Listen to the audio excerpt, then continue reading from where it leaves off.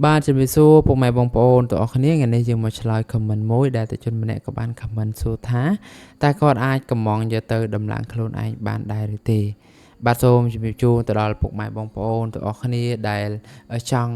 ដំឡើងជាប្រភេទសំណាញ់ការពារមូសវានៅសំបុកឃ្មុំឬក៏ប្រភេទ Model Twin 1ឬក៏ប្រភេទណាមួយដែល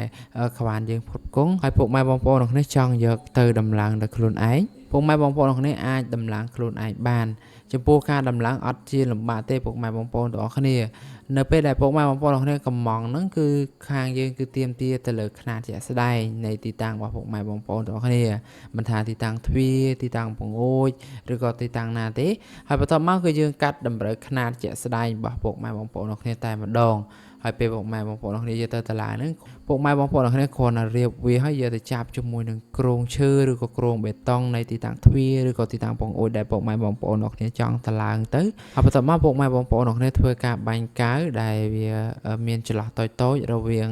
គ្រោងស៊ុំលុយមីញ៉ូមជាមួយនឹងទីតាំងពុកម៉ែបងប្អូនទាំងគ្នាបាទហើយក្រុមការងាររបស់ក្បានយើងក៏មានជាវីដេអូលម្អិតជូនដែរពាក់ព័ន្ធមួយការតឡើងដែលយើងមានផុសនៅក្នុង YouTube ឬក៏ពុកម៉ែបងប្អូនទាំងគ្នាអាចសាកសួរព័ត៌មានបន្ថែមបានព្រោះយើងមានក្រុមការងារបច្ចេកទេសចាំ support ជួយផងដែរបាទសូមអរគុណ